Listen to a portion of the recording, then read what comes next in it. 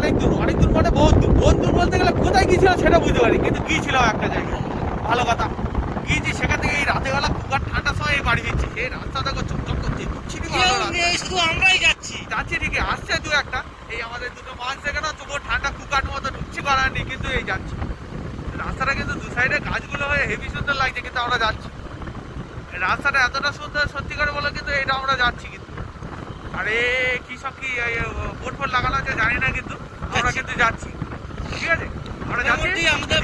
পৌঁছাতে পারিনি, কিন্তু অনেক দূর বাকি, কিন্তু আমরা যাচ্ছি। মোটামুটি এখন বাড়ি যেতে আমাদের ঘন্টা দেড়েক সময় লাগবে।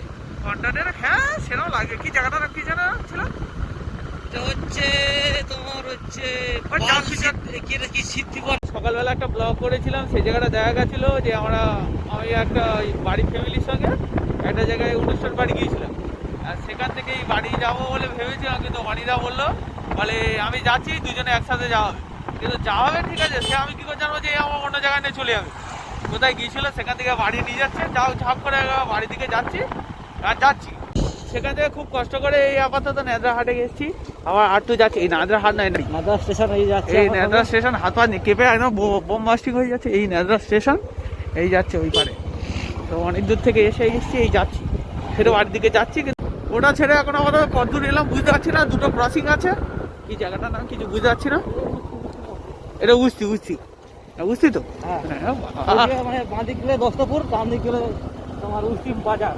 ঠিক আছে, ওইটা ফেলে এখন উস্তি বাজার চলে বাজার যাচ্ছি। বাজার যাচ্ছি। এখানটা থেকে নাকি প্রচুর গঙ্গাসাগরে গাড়ি যায়, আমরা শুধু দেখলাম, আমি জানতাম না যেটা সত্যি করে সবাই বলে।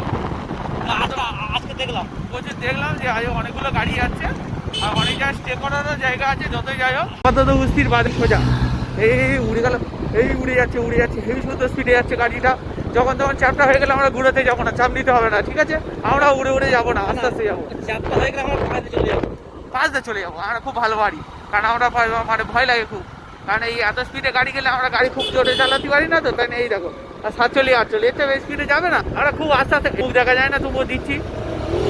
এই আরেকজন বেরোলো ভাই স্পিড দে। আমরা শুধু যাবো, দাঁড়াবো না। এই এলাকায় বড্ড বাম্পার।